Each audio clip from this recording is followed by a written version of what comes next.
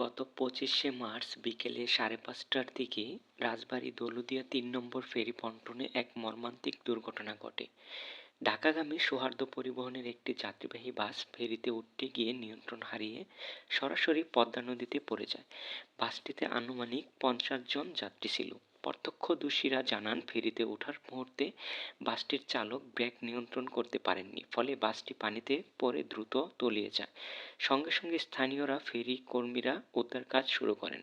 পরে fire service ও civil ডিফেন্সের ডুবুরি দল এবং নৌবাহিনীর উদ্ধারকারী জাহাজ হামজা ঘটনাস্থলে পৌঁছায় অভিযান চালায়। ফায়ার সার্ভিস মিডিয়া উইং জানিয়েছে, রাত 11:30টার দিকে বাসটি নদী থেকে তুলে আনা হয়। উদ্ধারকৃত বাসের ভেতর থেকে এখন পর্যন্ত 23 থেকে 24 জনের মরদেহ পাওয়া গেছে। নিহতদের মধ্যে 11 জন নারী, 8 জন শিশু এবং 4 জন পুরুষ রয়েছেন। দুর্ঘটনার পর 8 জন যাত্রী সাঁতরে তীরে উঠে প্রাণে বাঁচেন। রাজবাড়ী সদর হাসপাতালের আবাসিক মেডিকেল অফিসার জানিয়েছেন, নিহতের মধ্যে রেহানা বেগম 60 এবং মার্জিয়া বেগম 55 নামের 2 নারীর পরিচয় নিশ্চিত করা হয়েছে। বাকিদের পরিচয় শনাক্তের কাজ চলছে। এখনও কয়েকজন যাত্রী নিখোঁজ রয়েছেন বলে কর্তৃপক্ষ জানিয়েছে। নদীতে তল্লাশির অভিযান অব্যাহত আছে।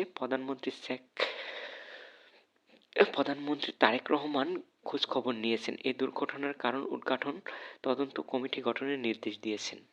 এই দুর্ঘটনার এলাকায় শোকের ছায়া নেমে এসেছে। নিহতের পরিবারকে সরকারের পক্ষ থেকে আর্থিক সহায়তার আশ্বাস দেওয়া হয়েছে।